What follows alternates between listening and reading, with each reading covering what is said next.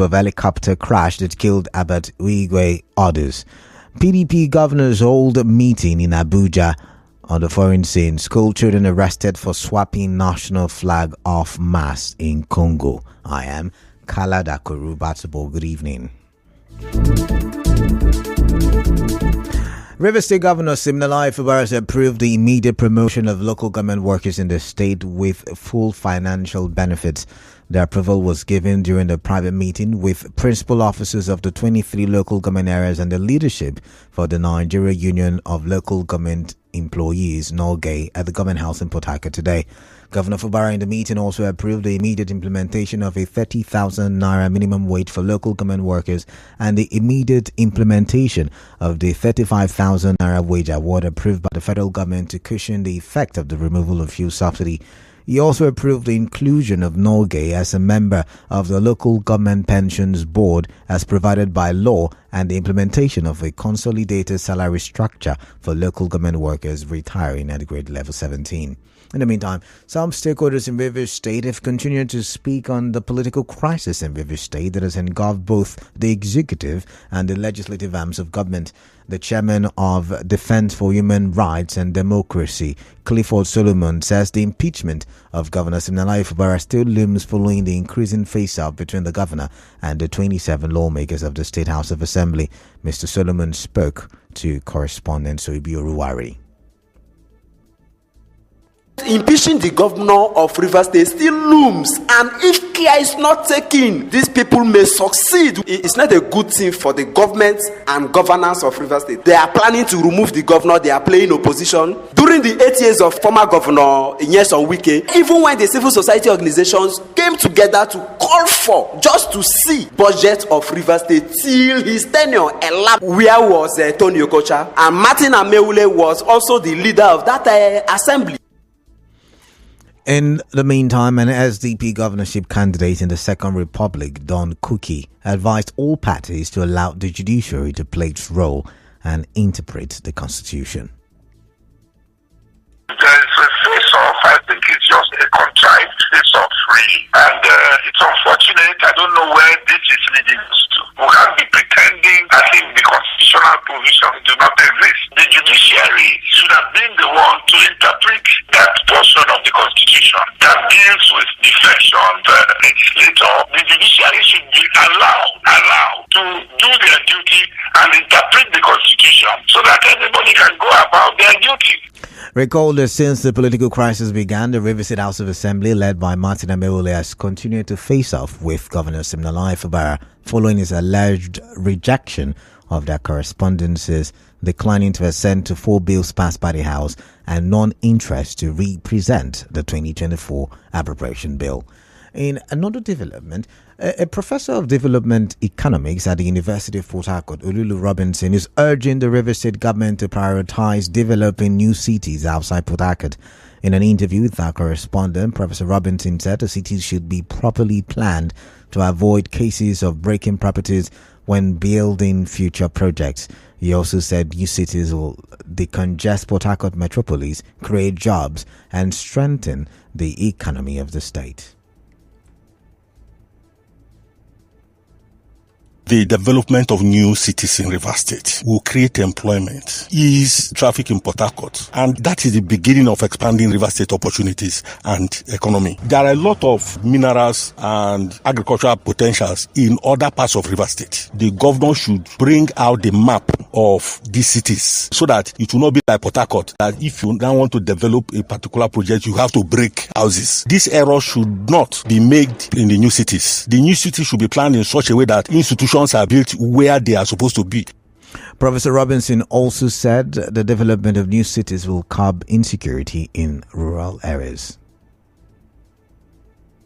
A major driver of crime and insecurity is unemployment and issues like lack of power and communication in the hinterland. Now, if we open up the hinterlands and build cities, that means there will be power, and a lot of our boys will now use power to do a lot of job. Since 1967, this master plan has been there. I think it's a project that Rivers people will like, and for us to bequeath it to the next generation.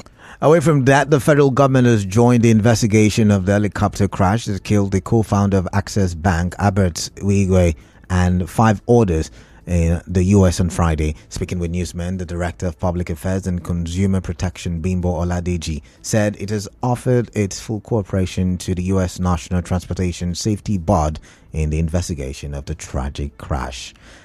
This morning, shops closed in Omike Community, Ishopo, in Ikwere local government area of River State, where the late Abbott Wigwe hails from. This is as residents took to the streets to mourn his death and that of his wife and son. Ishikwa residents who wore black clothing marched through the streets singing mourning songs. Speaking to our correspondent, one of the community leaders, John Upurum, asked the U.S. government to ensure that the bodies of the late Abbott Wigwe, his wife and son, are sent down to Nigeria.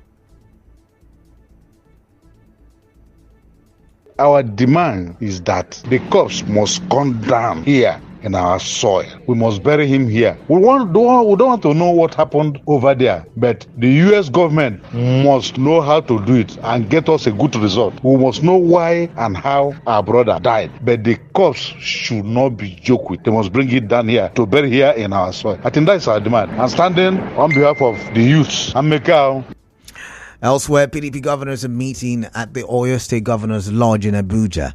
Although the agenda for the meeting is unknown at this time, the governors are likely going to discuss issues relating to security and the forthcoming off-season elections in Edo and Ondo states.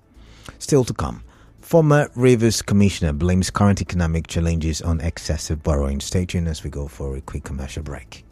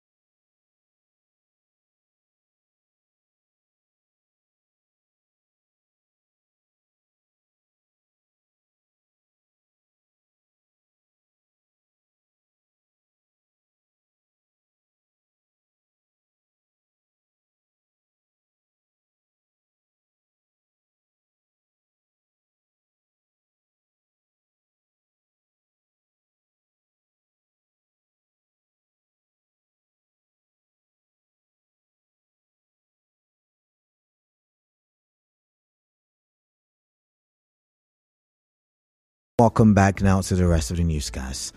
The chairman of Trade Union Congress, TUC in River State, Ikechukwu Onyefuru, says the labor union can do nothing to save Nigerians from the prevailing economic challenges.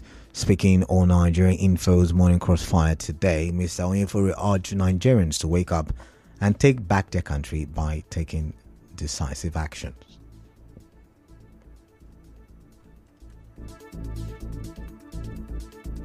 When ourselves the truth. The plain truth is that we need a reorientation of heart for all Nigerians. And a few politicians hold us to ransom and we offer our hearts and build us for them, sing music for them, pray churches, mosques, praise them, give them awards, and then you think that the country will be good. This country never can do nothing. Nigerians wake up to the call to take back our country. Nothing can change.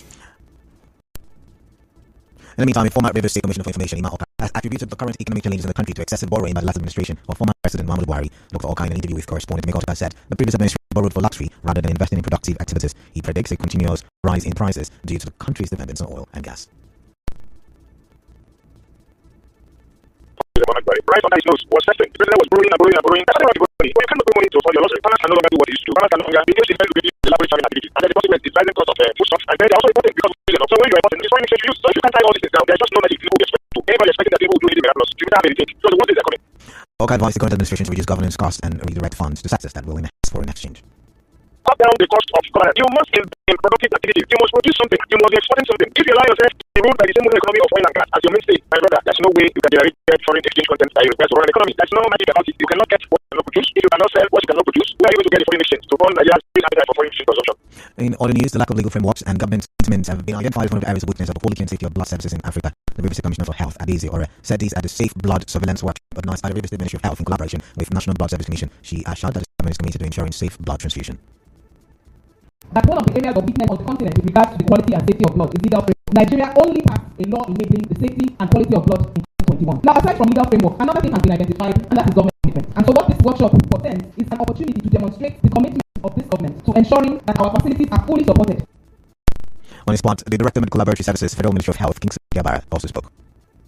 The benefits of this workshop will cut across the other states, but one thing this workshop is going to do is that it's going to expose within the gap in terms of blood transfusion, in terms of ensuring safety. So those gaps are seen, and then it also provide opportunity for the state government to be at the Ministry of Health to be able to develop the framework or the mechanism to address those gaps. When those gaps are addressed, safety of blood and blood transfusion practice will be enhanced within the state. Now, we're bringing news from around the world. On foreign scene, the school in the Congolese capital Brazzaville has been closed by authorities after students lowered the national flag and hoisted a different one. Local media described it as an unidentified black flag. 13 students have been arrested over the incident. The school will be shut until further notice, and its registration for state exams has been suspended. On the news this evening, you heard Governor Fubaras approved the promotion of local government workers and minimum wage. Nigeria has joined the U.S. probe of helicopter crash that killed business mogul Wigwe, his wife, son, and others. PDP governors are holding a meeting in Abuja. On the foreign circle, children have been arrested for swapping national flag off mast in Congo. The news was released by Alpha Okera in Cam. To reach the news team, send an SMS or WhatsApp to 0808 21 7215. I am Paladabo Batable.